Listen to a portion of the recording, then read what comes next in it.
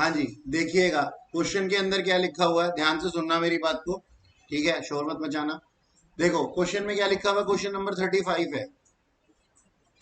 हमें ना share capital दी हुई है, यहाँ पे शेयर कैपिटल क्या दी हुई है, ये कैपिटल है।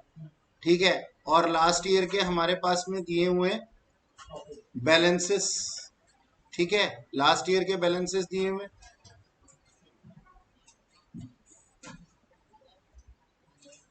हाँ जी, तो यहाँ पे शेयर कैपिटल यानी कि कैपिटल दी हुई है हमारे को। प्रॉफिट एंड लॉस का प्रीवियस बैलेंस दिया हुआ है, इस साल का प्रॉफिट्स इसके अंदर जुड़ जाएगा। ये एक्मुलेटेड बैलेंस है।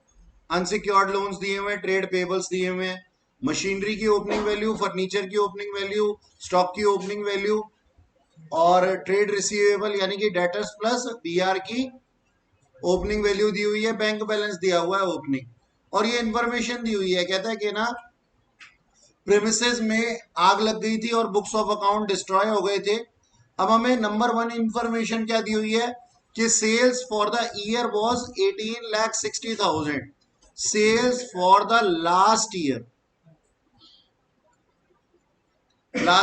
वो मिसप्रिंट है, ठीक है जी। तो आप इसको लिख लीजिएगा, sales for the last year was 18,60,000। Sales for current year is 20% higher than last year, 20% ज्यादा होगी। तो हम सेल्स निकाल सकते हैं करंट ईयर की।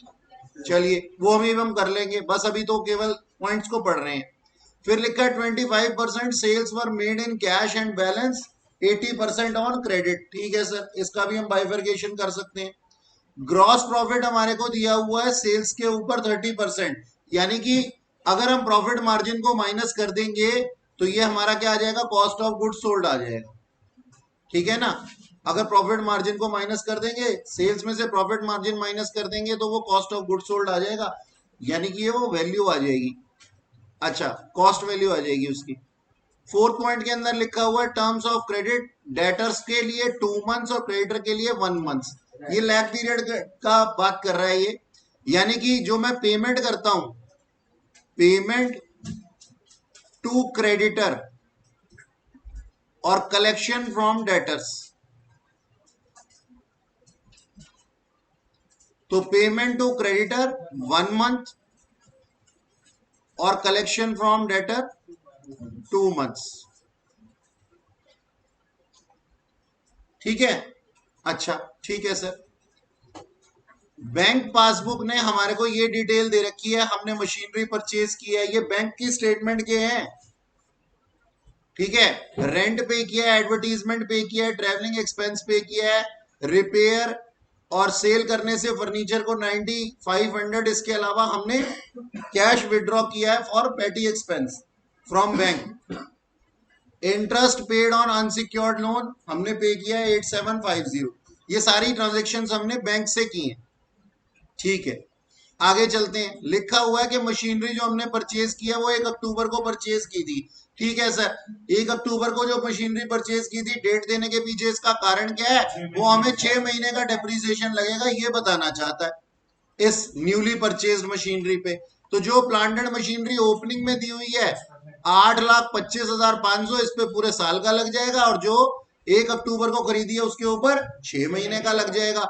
कितने की खरीदी है, वो लगी है 1,14,000 रुपए की हमने खरीदी है।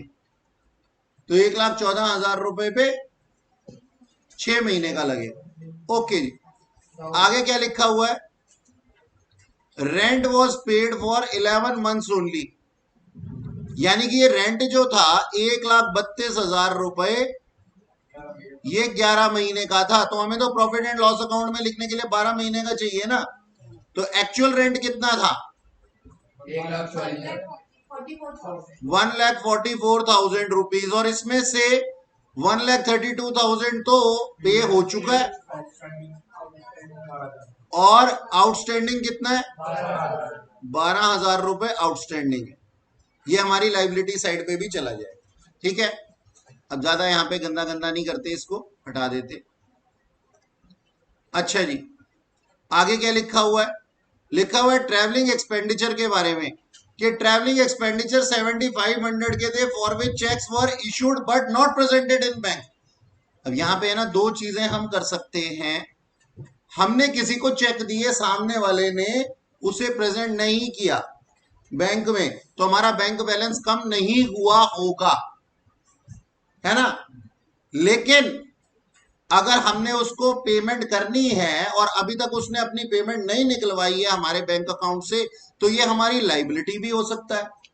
तो दो अप्रोच हैं। अप्रोच वन क्या कहती है, कहती है या तो आप इस अमाउंट को, कितने को, 7800 को लाइबिलिटी मान लो क्लोजिंग बैलेंस शीट में कि नॉट येट पेड, और या फिर अगर ये मानते हो कि हमने तो चेक इशू कर दिए हैं तो सूनर और लेटर वो निकाल ही लेगा पैसे, तो बैंक अकाउंट को कम कर दो। यानी कि या तो आप इसको पेमेंट साइड पे ले लो बैंक अकाउंट की ऐड करके, या फिर बैलेंस शीट में लाइबिलिटी साइड पे आउटस्टैंडिंग बैलेंस, आपका बैंक अकाउंट इफेक्ट हो जाएगा और या फिर आपकी लाइबिलिटीज इफेक्ट हो जाएंगी। तो दोनों में से कोई भी अप्रोच फॉलो कर सकते हैं। अच्छा सर, चलो आगे चलते हैं। फर्नीचर वो sold as on 1 April at a loss of 2900, यानी कि ये कहता है जितने का फर्नीचर हमने सेल किया है ना, उसको हमने 1 अप्रैल को ही सेल कर दिया था, ठीक है सर, उसके ऊपर कोई डेप्रीसिएशन चार्ज नहीं हुआ होगा, हमें लॉस हो गया, तो लॉस ऑन सेल 2900 कहां आ जाएगा, प्रॉफिट एंड लॉस अकाउंट की डेबिट साइड पे आ जाएगा। फिजिकल वेरिफिकेशन करने से 31 मार्च को हमें पता लगा कि हमारे स्टॉक की क्लोजिंग पोजीशन कितनी थी, 1,81,000, और पेटी कैश बैलेंस जो था वो नील था। क्लोजिंग बैलेंस शीट के अंदर आएंगे ये बैलेंसेस एसेट साइड पे। There was no change in unsecured loan during the year, यानी कि ना हमने इसको और बोरो किया है और ना ही हमने इसकी पेमेंट की है। ओके, अच्छा, फिर लिखा हुआ है डेप्रीसिएशन हमने 10% मशीनरी पे लगाना है और 20% फर्नीचर पे लगाना। ये सारा का सारा क्वेश्चन किसी पर्सन को अगर एक भी पॉइंट समझना आया हो तो पूछ सकता है, फिर मैं इसका सोल्यूशन करता हूं। बोलो। ठीक है सर, चलते हैं फिर। फर्नीचर का डेप्रीसिएशन कितना होगा ये पूछना चाहते हैं आप, कैसे निकालना है, उसके लिए फर्नीचर अकाउंट बना देंगे सर। ठीक है, मैं बताता हूं आपको अभी थोड़ी देर में। ये देखो मैंने फर्नीचर अकाउंट बना दिया आप लोगों के लिए, अभी थोड़ी देर में आते हैं इसके ऊपर। ठीक है, फर्नीचर अकाउंट पे थोड़ी देर में आते। लो जी, जी जनाब।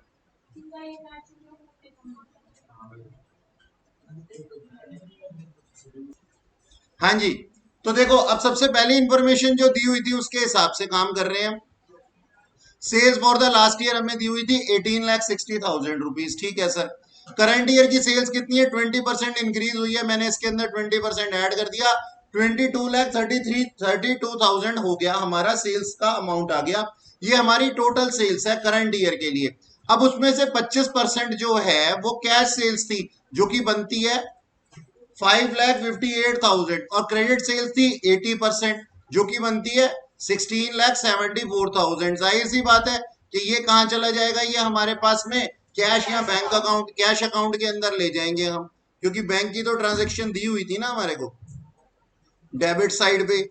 और टोटल सेल्स कहां चली जाएगी, ये हमारी ट्रेडिंग अकाउंट में चली जाएगी, ठीक है ना। और क्रेडिट सेल्स कहां चली जाएगी सर, हमारे डेटर्स अकाउंट में चली जाएगी डेबिट साइड पे, ये ट्रेडिंग अकाउंट की क्रेडिट साइड पे, ठीक है ना।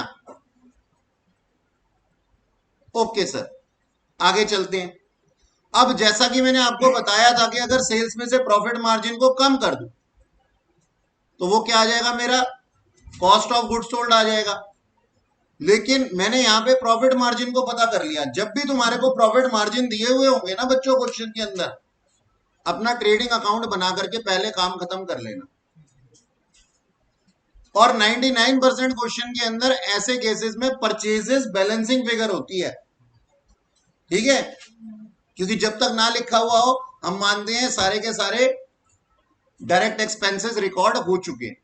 तो चलो हम कहते हैं हमने ग्रॉस प्रॉफिट निकाल लिया, 30% कितना आ गया हमारे पास में, 6,69,600। ये कहां पे हमारे काम आने वाला है सर, ये ट्रेडिंग अकाउंट की डेबिट साइड पे आ जाएगा,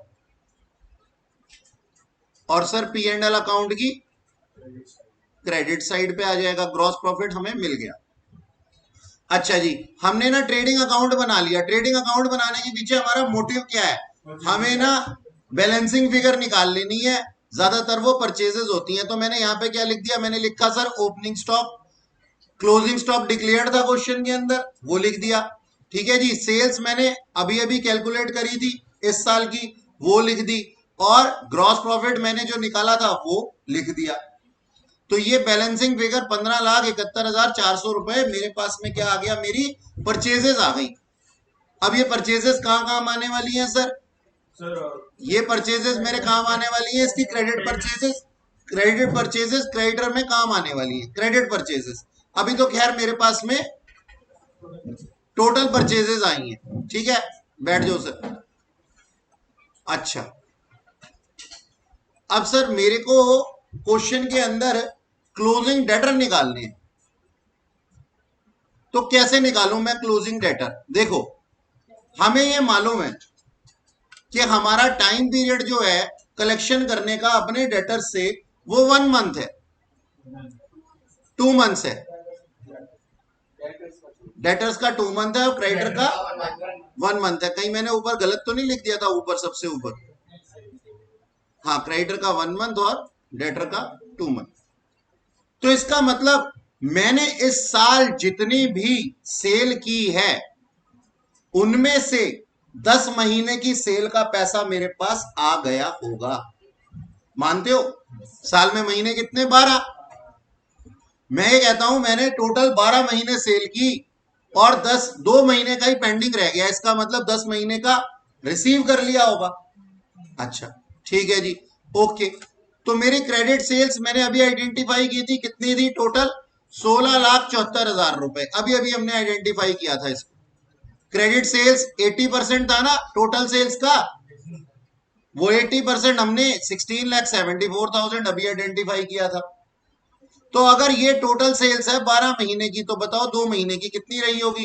तो 2,79,000। सर क्यों निकाल रहे हैं हम 2 महीने की सेल्स? क्योंकि 2 महीने की सेल्स ही हमारी पेंडिंग है एज अ डेटर, यानी कि उन लोगों से हमने पैसा अभी तक नहीं लिया है जिन लोगों को हमने साल के अंत में सामान बेचा होगा। During the year total credit sales थी 16,74,000 की, लेकिन 16,74,000 रुपए में से 2 महीने को छोड़ करके 10 महीने का अमाउंट हमने रिसीव कर लिया है। और हम ऐसे पॉइंट्स में क्या मानते हैं कि यूनिफॉर्मली काम हो रहा होगा। क्यों सर? हमें तो क्लोजिंग चाहिए ना केवल, प्रीवियस बैलेंस को क्यों करोगे? क्यों करोगे सर? मेरी बात सुनो, जब हमें 12 महीने का हमें दिया हुआ है, करंट ईयर का दिया हुआ है, और हमें सिर्फ क्लोजिंग का देखना है, वो तो तब होता है ना जब हमने सेल्स निकालनी होती है फॉर द ईयर। तब opening outstanding, closing outstanding, opening prepaid, closing prepaid expenses के साथ जैसे करते हैं वैसे करेंगे ना। लेकिन यहाँ पे तो हमें टोटल सेल्स दी हुई है, पूरे साल की हमने निकाल ली, क्योंकि उसने ये बोला था कि पिछले साल की सेल्स में 20% का और एडिशन कर दो तो करंट ईयर की सेल्स निकल जाएगी। तो करंट ईयर की सेल्स हमारी निकल करके आ गई, तो उसमें से सिर्फ पेंडिंग वाली चाहिए हमारे को 2 महीने की। तो पेंडिंग वाली कितनी है? 2,79,000, यानी कि ये मेरे क्लोजिंग डेटर्स हो गए। ओपनिंग डेटर मेरे को दिए हुए थे, क्लोजिंग डेटर मैंने आइडेंटिफाई कर लिए, क्रेडिट सेल्स मैंने अभी अभी आइडेंटिफाई कर ली थी। तो कैश कलेक्शन फ्रॉम डेटर मेरे पास में आ गया 16,24,600 रुपीज। ये कहां चला जाएगा सर? हमारे कैश अकाउंट में चला जाएगा। ओके, तो ये मैंने कलेक्शन फ्रॉम डेटर्स निकाल लिया। अच्छा जी, एक पॉइंट तो मेरा ये हो गया पूरा। अब याद रखना, मैंने अभी अभी परचेजेस आइडेंटिफाई की हैं 15,71,400 रुपए ट्रेडिंग अकाउंट से बैलेंसिंग फिगर की। ठीक है सर, अब कंप्यूटेशन ऑफ क्लोजिंग क्रेडिटर हमें निकालना है सेम इसी तरीके से। क्रेडिट पीरियड कितना है? 1 महीने का है क्रेडिटर के साथ में। ठीक है सर, तो मेरी क्रेडिट परचेजेस फॉर 12 मंथ्स, मेरी क्रेडिट परचेजेस फॉर 12 मंथ्स है 15,71,400। क्यों? क्योंकि sir all purchases are credit purchases. ठीक है जी, सारी की सारी परचेजेस जो है वो हमारी क्रेडिट परचेजेस है, कैश परचेजेस नहीं है हमारे पास। तो हमारी जो बैलेंसिंग फिगर निकल करके आई थी, इसको मैंने क्रेडिट परचेज मान लिया। अब साल के दौरान मैंने क्रेडिट परचेजेस की हैं 15,71,400 रुपए की, तो पेंडिंग कितनी रही होंगी? सबको मैं पे कर चुका हूं, सबको मैं पे कर चुका हूं सिवाय 1 महीने के लोगों को छोड़ करके। तो इसका 1 महीने का निकाल लिया मैंने हिसाब। अगर 12 महीने की क्रेडिट परचेज जो है वो मेरी 15,71,400 रुपए है, तो बताओ 1 महीने की कितनी होंगी? 1,30,950। और यही मेरे क्लोजिंग क्रेडिटर भी हो जाएंगे, पेंडिंग क्रेडिटर। ठीक है सर। अब मैं क्या कहता हूं, ये मेरे ओपनिंग क्रेडिटर थे, क्लोजिंग क्रेडिटर मैंने आइडेंटिफाई कर लिए। क्रेडिट परचेजेस मैंने ट्रेडिंग अकाउंट से आइडेंटिफाई कर ली थी, तो कैश पेमेंट टू क्रेडिटर्स आ गया मेरे पास में 14,86,250 रुपए। देखो हमारे क्वेश्चन के अंदर क्या लिखा हुआ था? क्वेश्चन के अंदर लिखा हुआ था कि sir following is the bank passbook other than payment to creditors and collection from debtors. यानी कि ये जो अभी अभी हमने 2 वर्किंग नोट बनाए, कलेक्शन फ्रॉम डेटर आ गया और पेमेंट टू क्रेडिटर्स आ गया, ये हमारी बैंक की ट्रांजैक्शन में आ जाएंगे। तो ये जो हमने अभी अभी निकाला है, ये कैश अकाउंट की जगह यहां पे ना बैंक अकाउंट कर दो, ज्यादा बढ़िया है, बैंक अकाउंट। ठीक है, और इधर भी बैंक अकाउंट तो लिखा ही। बैलेंसिंग फिगर आ गई है हमारी, रेड पेन वाली दोनों बैलेंसिंग फिगर। तो हमने अब तक क्या क्या आइडेंटिफाई कर लिया सर? हमने अपना ग्रॉस प्रॉफिट आइडेंटिफाई कर लिया था, सेल्स आइडेंटिफाई कर लिया था, क्रेडिट सेल्स आइडेंटिफाई कर लिया था, परचेजेज आइडेंटिफाई कर लिए जो पूरे के पूरे क्रेडिट परचेजेज ही थे, और फिर उससे जुड़ा हुआ कैश पेमेंट भी और कैश रिसीव्ड भी मैंने डेटर से जुड़ा हुआ आइडेंटिफाई कर लिया। अब तक ये सारे काम मैं कर चुका, तो मेरा ट्रेडिंग अकाउंट तो हो गया ओवर। और बैलेंस शीट में लिखने के लिए मेरे पास क्लोजिंग क्रेडिटर्स, क्लोजिंग डेटर्स भी आ गए हैं, और साथ ही साथ बैंक में लिखने के लिए जो ट्रांजैक्शन छूटी हुई थी पेमेंट और रिसीव्ड वाली, वो भी आइडेंटिफाई हो चुकी हैं। ठीक है सर, आगे चलते हैं। अब मशीनरी है हमारे पास में, हमने ड्यूरिंग द ईयर कुछ मशीनरी परचेज की थी। ओपनिंग वैल्यू ऑफ मशीनरी कितनी थी? 8,25,500। इसमें एडिशन कितना हुआ था? 1,14,000 रुपए। ठीक है जी। अच्छा, जो ओपनिंग वैल्यू थी उसके ऊपर तो फुल ईयर का डेप्रीसिएशन लग जाएगा। जो ओपनिंग वैल्यू थी उसके ऊपर तो फुल ईयर का डेप्रीसिएशन लग जाएगा। लो ये रहा मशीनरी अकाउंट। ठीक है। और जो परचेज ड्यूरिंग द ईयर थी, ये 6 मंथ्स के लिए की गई थी ना, 1 अक्टूबर को की गई थी, तो उसके ऊपर 6 महीने का डेप्रीसिएशन लग जाएगा। तो टोटल डेप्रीसिएशन आ जाएगा 88,250। ये कहां ट्रांसफर हो जाएगा जी? पी एंड एल अकाउंट के डेबिट साइड पे। ठीक है सर। जैसे ये प्लांट एंड मशीनरी अकाउंट था, ऐसे ही ये फर्नीचर अकाउंट है हमारे पास। बोलता है हमारे पास में 1,28,700 रुपए का ओपनिंग में फर्नीचर था। ड्यूरिंग द ईयर मैंने कोई फर्नीचर परचेज नहीं किया। सर ये लिखना जरूरी है? नहीं, लिखना जरूरी नहीं है। मुझे लगा था कुछ परचेज की बैलेंसिंग फिगर आएगी बनाते हुए, तो मैंने लिख दिया था। अच्छा खैर, तो ये नील जो है ये लिखना जरूरी नहीं। अब ड्यूरिंग द ईयर जो हमने सेल किया उसके ऊपर कोई डेप्रीसिएशन है क्या? नहीं सर, उसको तो हमने 1 अप्रैल को ही बेच दिया था, तो कोई डेप्रीसिएशन नहीं है। तो सिर्फ सेल का अमाउंट आया, ये हमारे कहां चला जाएगा? बैंक अकाउंट में चला जाएगा। और क्वेश्चन नहीं हमें बताया हुआ है, गिवन है, it is given in the question that we have earned a loss of 2,900 on the sale of that furniture. ठीक है सर। अब देखो हमारे पास में ये वैल्यू थी और इतने वैल्यू की फर्नीचर हमारी बिक चुकी है। जितना लॉस हुआ और जितना पैसा आया दोनों को अगर मिला दूं तो उसकी वैल्यू आ जाएगी ना फर्नीचर की। तो ये हमारी ओपनिंग वैल्यू ऑफ फर्नीचर, ये हमारा ड्यूरिंग द ईयर जो सेल हो गया। अब रिमेनिंग कितना रह गया? इतना रह गया 1,16,300 रुपए। इसका 20% डेप्रीसिएशन अपने को लगाना है। 23,250 260 रुपए हमारे पास में डेप्रीसिएशन आ जाता है। और सर ये कहां चला जाएगा? पी एंड एल अकाउंट की डेबिट साइड पे। और बैलेंस शीट ही हमारे पास में निकल करके आ जाएगा 93,040। ठीक है बेटा, जो फर्नीचर वाला पॉइंट पूछ रहा था बच्चा, ठीक है, ओके। अच्छा चलो जी आगे चलते हैं। अब हमें बनाना है एक बैंक अकाउंट। बैंक की सारी ट्रांजैक्शंस हमने इसके अंदर लिख देनी है। हमने बैंक की सारी ट्रांजैक्शंस इसके अंदर लिख देनी है। ओपनिंग बैलेंस इतना था, ये हमने अभी आइडेंटिफाई किया कि कितना डेटर्स से हमने रिसीव किया। कैश हमारे पास में हमने क्या किया बोलो, ये क्या था, कैश की क्या ट्रांजैक्शन थी, ये 5 लाख, ये कैश सेल्स थी। नहीं, मुझे तो लग रहा है कॉन्ट्रा एंट्री थी। ठीक है, तो इसको कैश छोड़ करके यहां पे सेल्स लिखना चाहिए ना। हाँ जी, अब ठीक है, ऐसा कैश लिख दिया था गलती से मैंने, तो कॉन्ट्रा लग रहा था। अच्छा खैर, फर्नीचर हमने सेल किया और हमें पैसे रिसीव हुए 9500। चेक कर लो अपना बैंक अकाउंट। क्रेडिटर को हमने पेमेंट इतने की, मशीनरी हमने इतने की, ठीक है जी, खरीदी।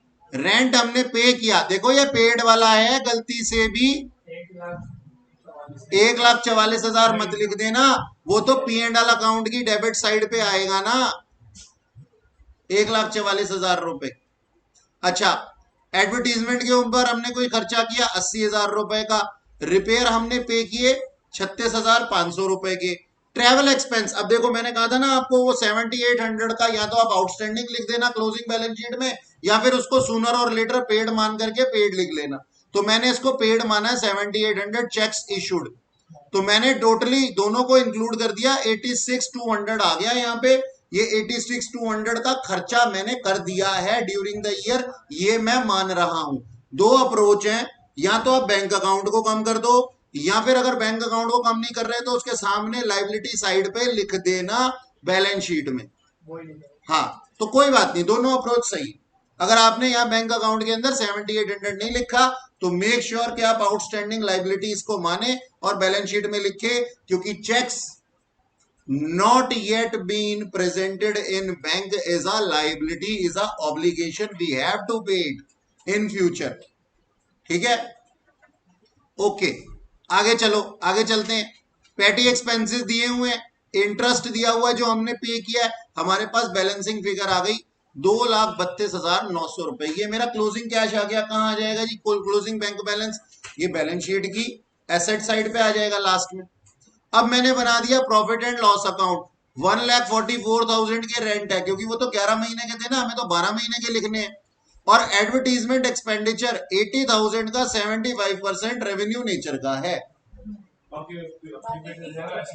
हाँ जी बिल्कुल, बाकी प्रीपेड मान करके हम 25% को कहां लेंगे, एसेट साइड पे। ट्रैवलिंग एक्सपेंसेस हमने किए हैं 86,200, दोनों को इंक्लूड करके जो मैंने लिखा था। लॉस ऑन फर्नीचर 2,900, दोनों फिक्स्ड एसेट यानी कि प्लांट एंड मशीनरी और फर्नीचर पे डेप्रीसिएशन 88,250 और फर्नीचर पे 23,260। ये हमने कहां से लिखा, ये हमने लिख लिया सर अपने फर्नीचर और प्लांट एंड मशीनरी अकाउंट से, जो भी अभी हमने बनाया था।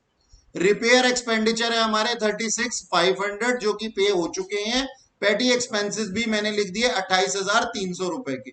और इंटरेस्ट जो मैंने पे किया था उसको इंक्लूड करके जो हमारा बकाया बनता है उतना लिखना है, टोटल ड्यू लिखना है, ड्यू लिखना है हमने इंटरेस्ट, ठीक है ना। तो वो ड्यू वाला कितना बनता है, 17,500। अच्छा, ग्रॉस प्रॉफिट था हमारा 6,69,600 और नेट प्रॉफिट हमारा आ गया 1,82,690 रुपीज ओनली, जो कि कहां जाने वाला है अब हमारे पास में, एक्मुलेटेड प्रॉफिट्स के अंदर इंक्लूड होने वाला है। चेक कर लो एक बारी। हाँ जी, accumulated profit and loss account हम बना देंगे। ओपनिंग बैलेंस हमें क्वेश्चन के अंदर गिवन था, ओपनिंग बैलेंस हमें क्वेश्चन के अंदर गिवन था बैलेंस शीट में, ओपनिंग बैलेंस शीट में ड्यूरिंग द ईयर इतने के नेट प्रॉफिट्स हमने कमाए, तो हमारे पास में इतने रह गए। कोई गलती से ड्राइंग्स मत इंक्लूड कर देना यहाँ पे, ठीक है जी, कोई है ही नहीं, ठीक है। कैपिटल अकाउंट के अंदर कर देते हैं हाँ जनरली, क्योंकि यहाँ पे शेयर कैपिटल लिखा था इसलिए मना कर रहा हूं मैं। वैसे ड्राइंग्स मैक्सिमम उतनी ही हो सकती हैं जितने की हमने during the year capital in during the year हमने प्रॉफिट अर्न किए। अच्छा, अब ओपनिंग कैपिटल आपके पास में थी 10 लाख रुपीज, P&L से मैंने अकाउंट बनाया और अमाउंट निकाल लिया 3,30,490 कंप्यूटेड।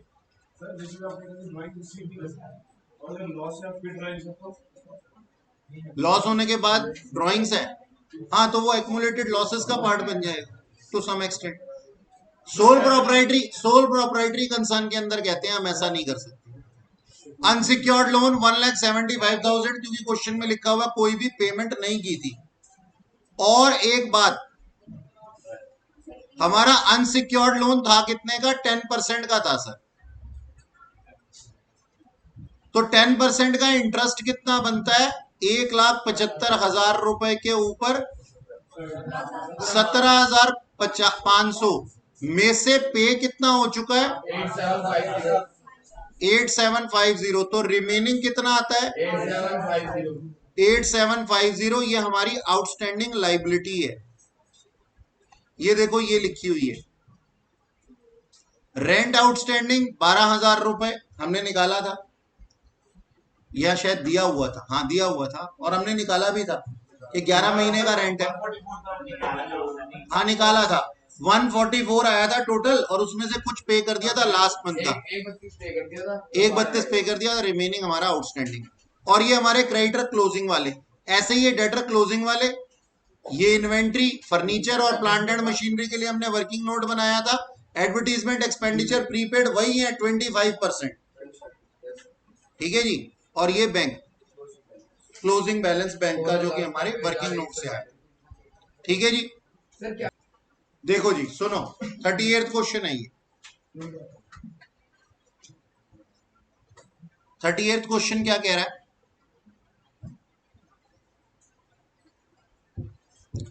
कहता है from the following balance sheet of बालू स्मॉल ट्रेडर, 1 अप्रैल को थी ये इसकी, ठीक है सर। ओपनिंग बैलेंसेस दिए हुए, कैपिटल दिए हुए, क्रेडिटर दिए हुए, asset stock debtor cash, cash at bank दिया हुआ, ठीक है जी।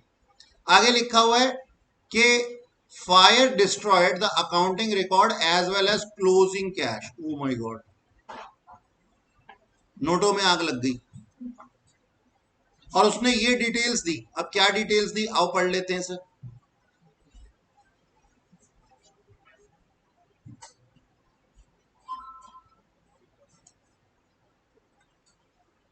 Debtors and creditor at the end of year showed an increase of 20% as compared to the debtors and creditor in the beginning of the year। तो जो भी हमारे पास opening balance होगा उसके अंदर 20% ऐड कर देंगे, क्लोजिंग बैलेंस निकल जाएगा। अच्छा जी, क्रेडिट पीरियड दिया हुआ है 1 महीने का और 2 महीने का क्रेडिटर्स को, ये पिछले क्वेश्चन में हमने सीख ही लिया कि इसका मतलब क्या होता है, ठीक है। अच्छा, फिर हमारे पास में स्टॉक दिया हुआ है maintain, stock was maintain the same level through out the year, यानी कि पूरे टाइम हमारी सेल्स भी सेम ही चलती रहती है। Cash sales 20% of total sales है, यानी कि क्रेडिट सेल्स कितनी है, 80% है। All the purchases were on credit only, यानी कि परचेजेस क्रेडिट पे है हमारे पास में। जो हमारे पास अगर क्या नाम है दिया हुआ होगा पिछले क्वेश्चन की तरह प्रॉफिट, तो जितनी भी हमारी परचेजेस आएंगी वो हमारी क्रेडिटर्स अकाउंट में भी जा सकती हैं। अच्छा आगे पढ़ते हैं। Current ratio at the end was exactly 2। Current ratio का मतलब क्या होता है सर, करंट रेशो किस चीज से इफेक्ट होती है, current asset and current liability. ये कितनी है, 2 है, ठीक है। और करंट रेशो का फॉर्मूला क्या होता है, current asset divided by current liability, और ये कितना आ रहा है, 2। तो क्या मैं इसको ये कह सकता हूं 2 current asset is equal to current liability, क्या मैं ऐसे कह सकता हूं,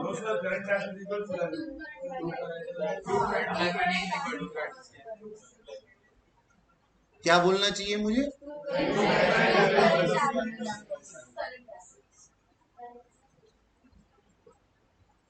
to current liability is equal to current asset. इसका मतलब क्या हुआ?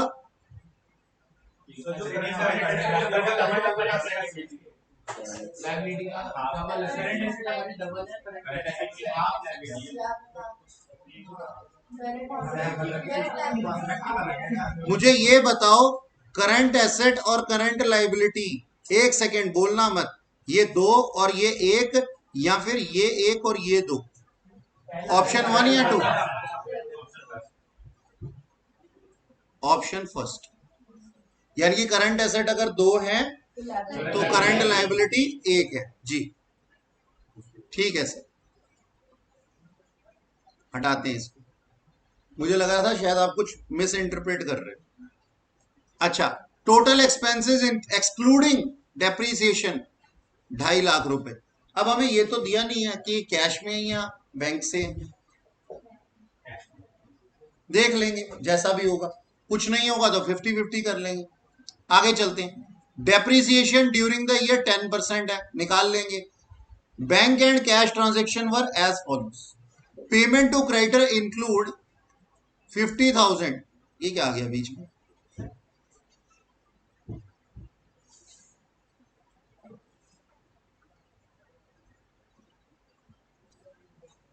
हाँ जी, क्या लिखा हुआ है?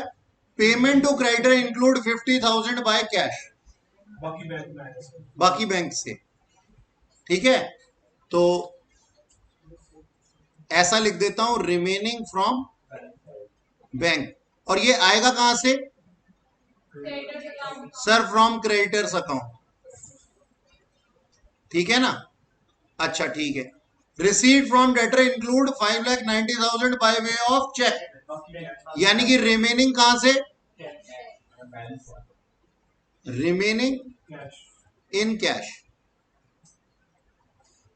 और ये कहां से मिलेगा? सर डेटर्स अकाउंट से मिलेगा ये डाटा। ठीक कह रहा हूं ना? Cash deposit into bank, sir Contra है। और पर्सनल ड्राइंग्स, ड्राइंग्स तो पर्सनल ही होती हैं, बिजनेस भी होती हैं क्या? कुछ भी। अच्छा जी, ये कैपिटल अकाउंट में इफेक्ट कर देगा और बैंक में। फिक्स्ड एसेट परचेज बैंक से, चेक तो बैंक में ही चलता है ना आजकल। ठीक है जी, पूरा क्वेश्चन हमने देख लिया। अच्छा, आसान है ये।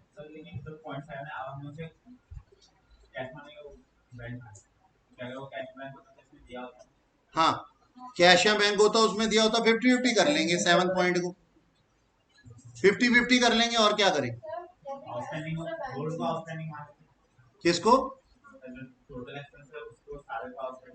अगर आउटस्टैंडिंग मानोगे तब भी बैलेंस शीट में लाइबिलिटी साइड पे तो आएगा ही। तो चाहे आप नेट प्रॉफिट से इसको इफेक्ट करके लेकर के जाओ बैलेंस शीट में, या फिर डायरेक्ट बैलेंस शीट में लाइबिलिटी साइड पे लेकर के जाओ, बात तो एक ही है। मैं इसको पेड मान लेता हूं, मैं इसको पेड मान लेता हूं। हाँ, क्योंकि एक बात बताऊं, उसको पेड मानने के पीछे कारण क्या है? ये जो इंसान है ना, स्मॉल ट्रेडर, ये अपने पास डाटा ही उस चीजों का रखता है ज्यादातर जिनको कि ये कैश में पे कर देता है, इसलिए आउटस्टैंडिंग का भी रख लेता है। लेकिन डिपेंड करता है, आप जैसे ही ट्रीट करना चाहो कोई दिक्कत नहीं, दोनों ही सही है अपनी जगह पे। बस ध्यान रखना कोई उसको फिर ऑब्लिगेशन मान लेना, कभी छोड़ ही दो। हाँ जी,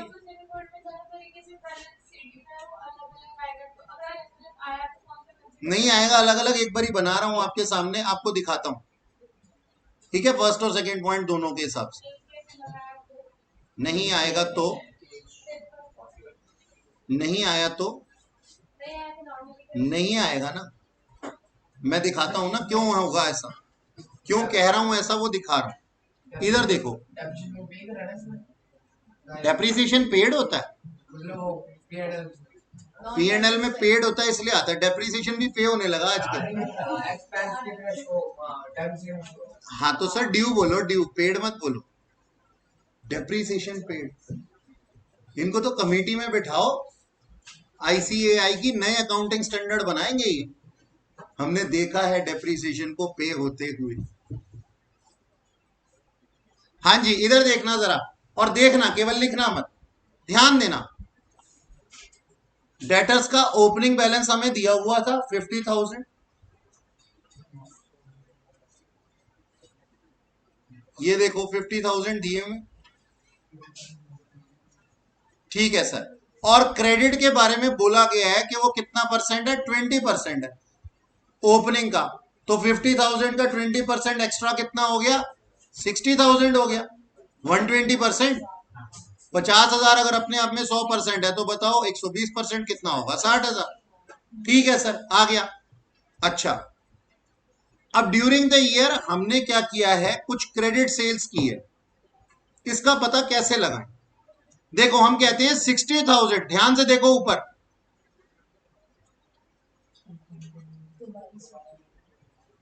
लिखा क्या है उस चीज के ऊपर कंसेंट्रेट करो। कहता है 60,000 rupees is creditor for 1 month. जो हमारे बैलेंस सीडी हैं ये वाले, ये हमारे आउटस्टैंडिंग क्रेडिटर होंगे ना, जिसको कि हमने अभी तक पे नहीं किया होगा। मानते हो कि नहीं मानते हो, अभी पिछले क्वेश्चन में भी देखा था।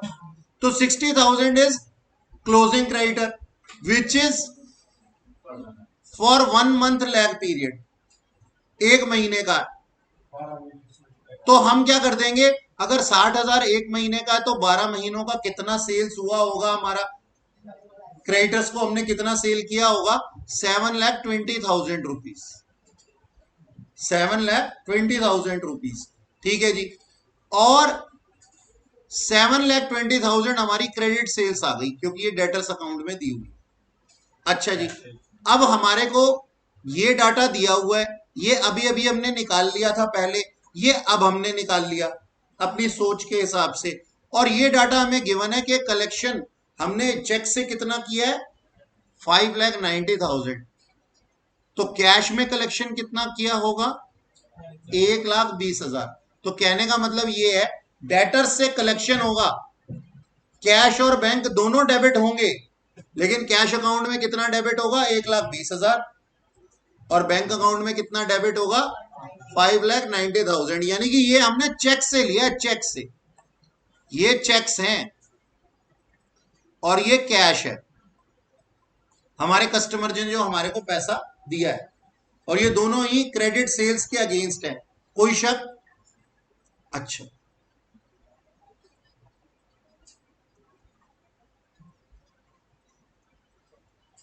हाँ जी, टोटल सेल्स कितना है, क्रेडिट सेल्स हमें पता लग गई कितनी है, 7,20,000। मानते हो, क्रेडिट सेल्स अभी अभी निकाली ना हमने, देखो 7,20,000 निकाली, और 7,20,000 अपने आप में 80% है, ये क्वेश्चन में गिवन है। If it is 80% then what would be 100%, that is total sales. मानते हो? तो हम क्या कहते हैं, 7,20,000 अगर अपने आप में 80% है तो 100% कितना होगा, 9। यानी कि total sales for the year 9 lakh रुपए कहां चला जाएगा, कैश अकाउंट में, ट्रेडिंग अकाउंट की क्रेडिट साइड पे। अच्छा अच्छा, हमें टोटल सेल्स पता लग गई है, 20% कैश सेल्स है, वो कितना आ गया, 1,80,000। हेलो, अब आप लोग कंफ्यूज हो जाते हैं इन दोनों फिगर्स के अंदर। भाई साहब ध्यान से सुन लो अच्छे से, वो जो 1,20,000 हमने निकाला था ना, वो क्रेडिट सेल्स का कैश कलेक्टेड था, क्रेडिट सेल्स किया और उसका कैश कलेक्टेड, और वो क्या है, 1,80,000 कैश सेल्स। दो तरह के ग्राहक आ रहे हैं, सुन लो, मतलब समझ लो अच्छे से। दो तरह के ग्राहक आ रहे हैं मेरे पास, एक हर्षा आती है, एक करण आता है। सर हमें सामान दे दो, मैंने कहा ठीक है, मैंने हर्षा को सामान दे दिया, दोनों को मिलाकर के सामान दिया 9 लाख रुपए का। मैंने हर्षा को कोई सामान दे दिया कैश सेल्स, इससे तो इमीडिएटली कैश ले लेता हूं, और वो कितना, 1,80,000 रुपए। और वहां दूसरे पर्सन को 7,20,000, 9 लाख में से 1,20,000 गए तो 7 लाख, 1,80,000 गए तो 7,20,000 बचे। हर्षा को मैंने कैश सेल्स किया था 1,80,000 का, मैंने कहा पैसे हैं तो बता, नहीं है तो जा। इस टाइप के रिलेशनशिप थे इसके साथ।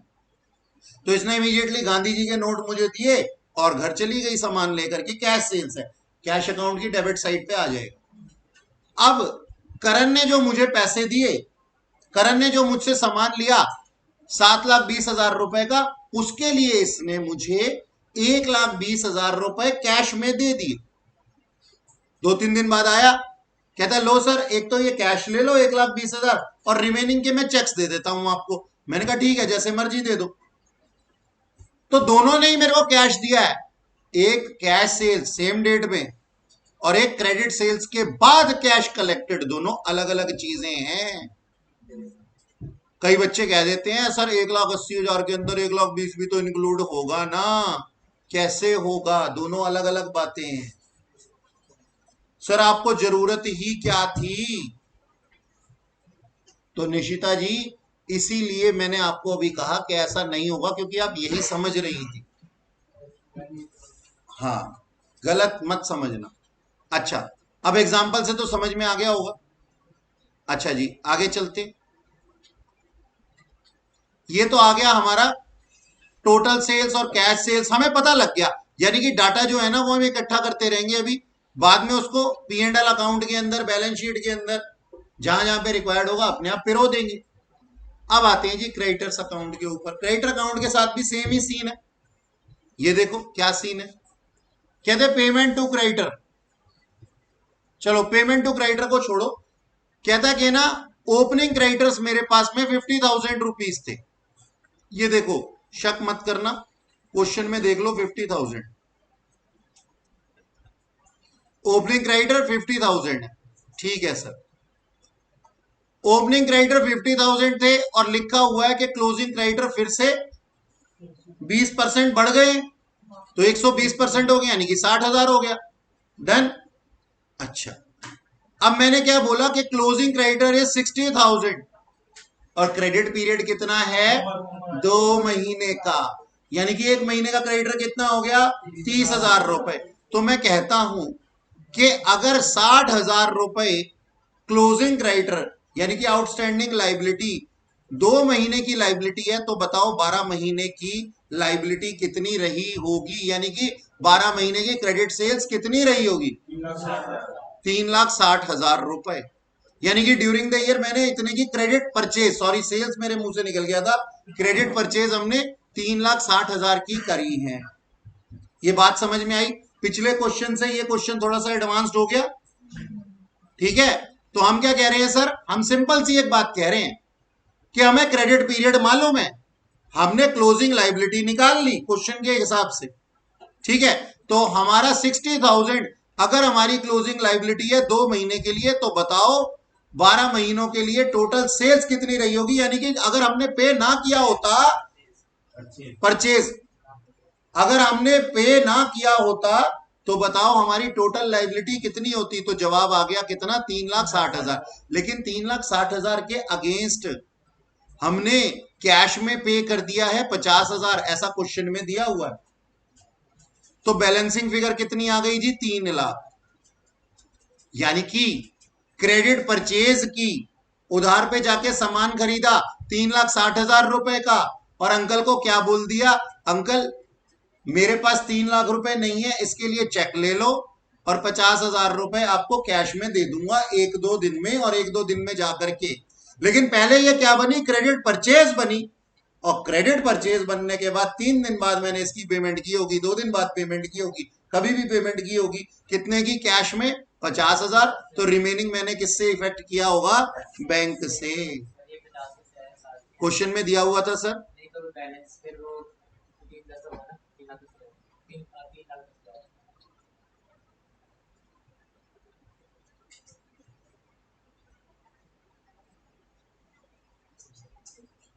एक सेकंड मैं दिखा रहा हूं, ये देखो, ये देखो क्या लिखा है, कहाँ गया, हाँ 50,000 बाय कैश, क्रेडिटर अकाउंट दिखाऊं? तो उसमें जो 3 लाख जो क्रेडिट से लिखा हुआ है 3 लाख। अरे यार ये भावुक हो गया बच्चा। ये पता है क्या कह रहा है, सुनो। कहता है सर अगर 3,60,000 रुपए की आपने क्रेडिट परचेजेस की थी और 3 लाख रुपए और 50,000 आपने कैश में पे किए हैं, तो यहाँ पे चेक से तो आपने 3,10 पे किया होगा ना।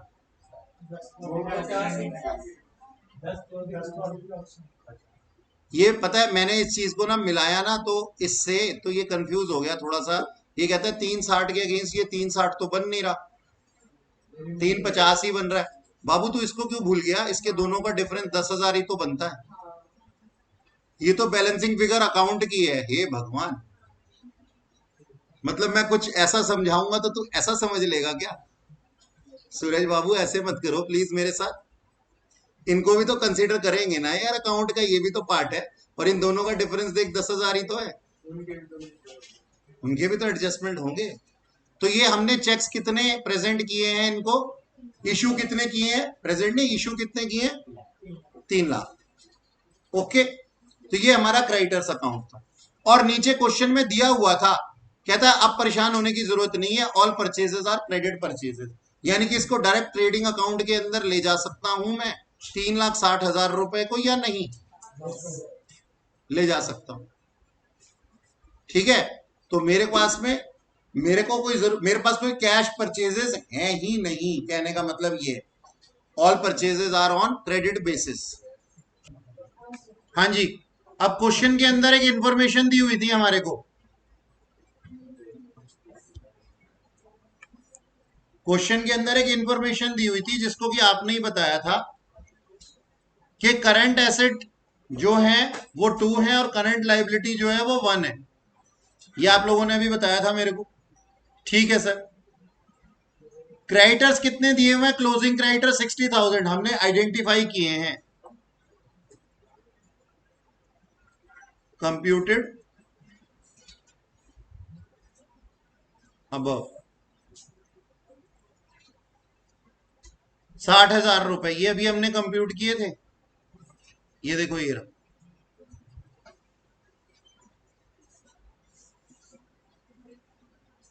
अब लिखना गलत है, एरो बना देता, वो रहा, वहां जाएंगे। ठीक है ना। अच्छा, क्लोजिंग क्रेडिटर थे हमारे पास में 60,000 के, और यही हमारी करंट लाइबिलिटी है अभी तक की। करंट एसेट्स कितने हैं अपने पास में? 3 है, डेटर्स हैं, स्टॉक है और बैंक है। पूरे क्वेश्चन को जब हम छांट लेते हैं तो डेटर्स कितने दिए हुए हैं अभी हमने आइडेंटिफाई किए थे 60,000। स्टॉक क्लोजिंग दिया हुआ है 40,000 का, और बैंक की बैलेंसिंग फिगर निकल करके आ गई। यानी कि अगर ये 60,000 था तो टोटल करंट एसेट कितने होने चाहिए थे? 1,20,000। हाँ, 20,000 क्या बचे थे बैलेंस? कौन सा बैलेंसिंग फिगर 60 प्लस 40 1 लाख हो गया और 20,000 उसका।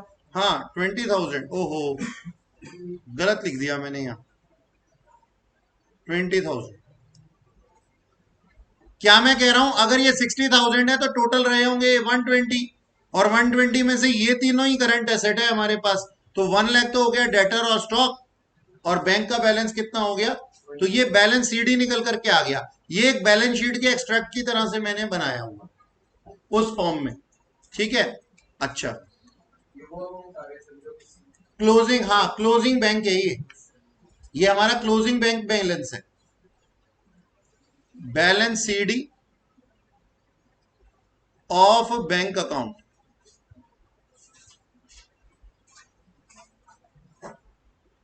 क्लोजिंग बैंक अकाउंट है ये। ठीक है, अच्छा जी,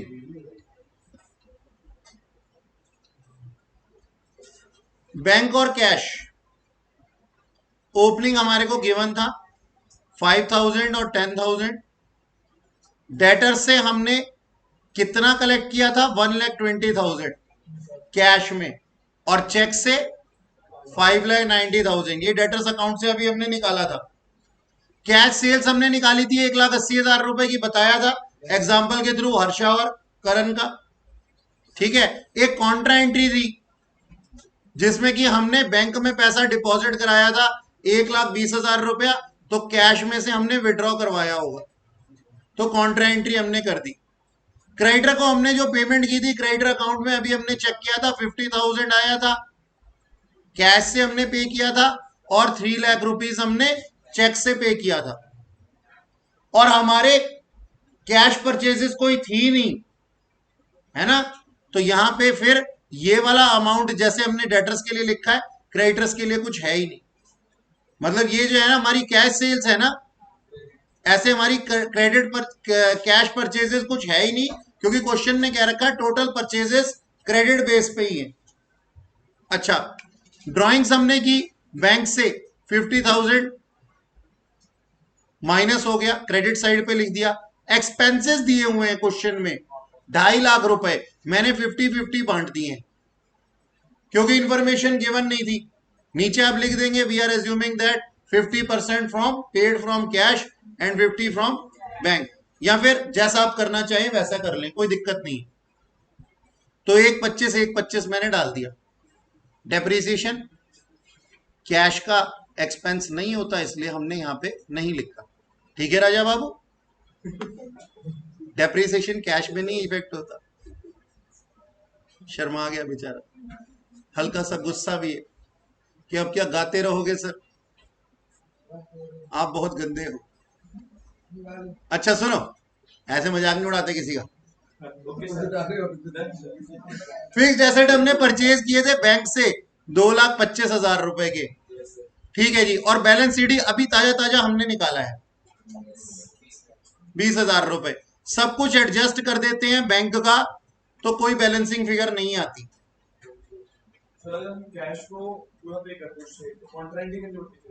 सर देखो ना, 1 मिनट के लिए अगर आप कैश से ही पूरे के पूरे एक्सपेंसेस को डाल देते हैं यहाँ पे, तो सोचने वाली बात है, बैलेंसिंग फिगर किधर आती, यहाँ आती। अब कैश सेल्स भी आ चुकी है हमारे पास, फिर हम इसको एडिशनल कैपिटल ही मानते, और तो कुछ नहीं मान सकते थे। लेकिन वहां तो क्वेश्चन में कहा गया है कि कैश डिस्ट्रॉय हुआ है, बल्कि तो बढ़ गया हमारा अगर यहां आ जाता तो इसलिए मैंने यहाँ पे ना 50-50 किया था। मैंने भी इसको सॉल्व करने से पहले ना ये कॉम्बिनेशन लगा लिया था। कैश डिस्ट्रॉयड बाय फायर और ज्यादा बढ़ जाता, अगर पूरा का पूरा बैंक से कर देते 2.5 लाख का एक्सपेंस, तो कैश डिस्ट्रॉयड बाय फायर और बढ़ जाता। हाँ, फिर बैंक में भी नहीं आता, कैश में भी नहीं आता, अगर आप आउटस्टैंडिंग मानते थे। हाँ, तभी तो मैं कह रहा हूँ ये सारे कॉम्बिनेशन बनाए जा चुके हैं, तभी तो मैंने इसको 50-50 बांट दिया। एग्जाम में कैसे पता चलेगा कि इसमें ये सर कैश डिस्ट्रॉयड दिया हुआ है ना आपके पास में, आप भी कहीं ना कहीं तो अटकोगे ना, कहीं ना कहीं अटकोगे ना। तो बेस्ट ये है, या तो आप टोटल बैंक से कर दो, जब कैश डिस्ट्रॉयड लिखा हुआ है तो कैश के ऊपर मत लेके आओ ना सर, या तो आप पूरा का पूरा कर दो जी बैंक से, या फिर पूरा का पूरा आउटस्टैंडिंग मान लो, तो आपकी वो लाइबिलिटी बन जाएगी।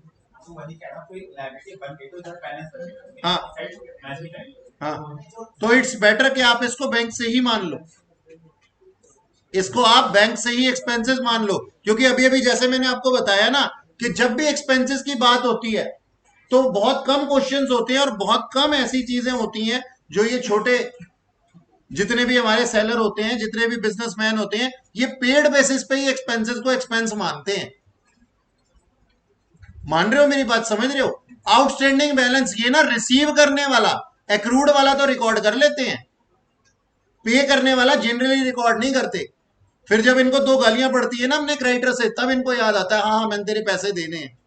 तो इसलिए मैं कह रहा हूं आउटस्टैंडिंग लायबिलिटी मत मानो, और पूरे का पूरा या तो बैंक से मान लो या 50-50 कर लो। मतलब आपको यह दिखाना है कि आपका कैश डिस्ट्रॉय हुआ है वाकई में, क्योंकि अगर आपने यहां पे 10,000 रुपए भी फिगर नहीं लिखी ना कैश डिस्ट्रॉय की, तो वो क्वेश्चन जो उसकी रिक्वायरमेंट थी वो खराब हो जाएगी, इसलिए।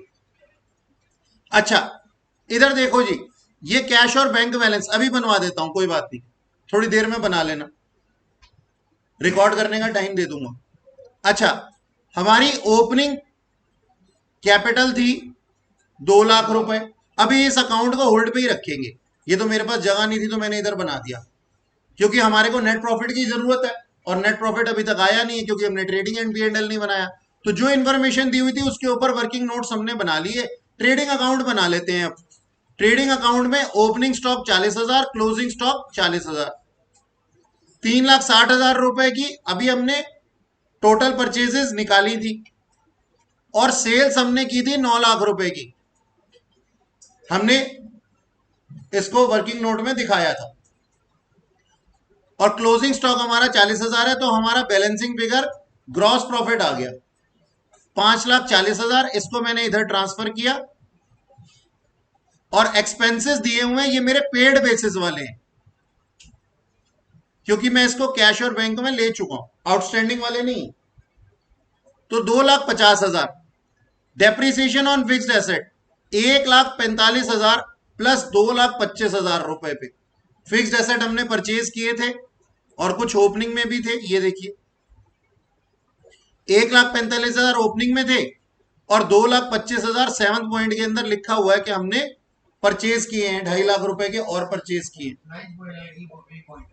सॉरी 2.5 लाख नहीं, ये 2,25,000 ई पॉइंट के अंदर दिया हुआ जी, ये दिया हुआ बैंक से हमने पे किया था। तो दोनों के ऊपर हमने डेप्रीसिएशन लगा दिया। पिछले क्वेश्चन के अंदर हमें बोला गया था कि 6 महीने, इसमें नहीं बोला गया तो हम मान लेंगे जी ओपनिंग में ही कर लिया इसने। ठीक है जी। तो अब डेप्रीसिएशन पूरे अमाउंट के ऊपर 10% हमने लगा दिया, 37,000 आ गया। और कैश डिस्ट्रॉय राइट ऑफ किया हमने अपने P&L अकाउंट से। आज तक नहीं देखा होगा आपने कभी। कैश डिस्ट्रॉयड क्या है? Loss of cash. नोटों में आग लग गई है, एक लॉस है ना, लॉस ऑफ करंट एसेट मान लो, तो हम क्या करेंगे? ठीक है जी, P&L अकाउंट से राइट ऑफ भी करना पड़ेगा इसे। अच्छा जी, फिर इसके बाद में हमारे पास में नेट प्रॉफिट आ जाएंगे 2,43,000 रुपीज। अब कैपिटल अकाउंट बनाया जा सकता है। ओपनिंग कैपिटल कितनी थी? 2 लाख रुपए। ड्यूरिंग द ईयर 2,43,000 हमने कमाए हैं, 50,000 रुपए की ड्रॉइंग्स की है। नया बैलेंस आ गया 3,93,000 रुपए, 3,93,000 रुपीज हमारा क्लोजिंग कैपिटल है। बैलेंस शीट बना देंगे नई फिगर्स के साथ में, जिसमें कि हमने कैपिटल लिख देनी है 3,93,000, 60,000 के क्रेडिटर्स। वो जो ऊपर बनाई थी वो बैलेंस शीट नहीं थी, वो एक्सट्रैक्ट थे, सिर्फ केवल बैंक बैलेंस जानने के लिए वर्किंग नोट था एक। Fixed asset after depreciation, fixed asset total इतने के थे और इसमें से 37,000 का हमने ड्यूरिंग द ईयर डेप्रीसिएशन निकाला, तो 3,33,000 हमारे पास में अमाउंट आ गया। स्टॉक 40,000 रुपए का है, डेटर 60,000 रुपए के हैं और 20,000 रुपए का बैंक बैलेंस है। यानी कि करंट एसेट टोटल मिलाकर के हमारे कितने थे? 1,20,000 रुपए थे। फिक्स्ड एसेट के ऊपर केवल डेप्रीसिएशन लगाना है। शुरू होते ही ये बैलेंस शीट खत्म हो गई। अब आप नोट कर सकते हैं इसको। 10,000 कैसे आया था बेटा? ये रहा ना, देखो बैलेंसिंग फिगर आई थी हमारी कैश अकाउंट की, कैश डिस्ट्रॉय हुआ था, इसको हमने P&L अकाउंट में चार्ज कर दिया। एंट्री बन गई profit and loss account debit to cash account. Cash कम हो गया और लॉस बढ़ गया। ठीक है। अच्छा, पहले तो इस वर्किंग नोट को यहां से इधर से शुरू कीजिए, ये बनाइए, ये एक्सट्रैक्ट्स है। अगला नोट करो, ये जल्दी से बनाओ, फटाफट से जल्दी जल्दी बनाओ, बैंक अकाउंट और कैश अकाउंट।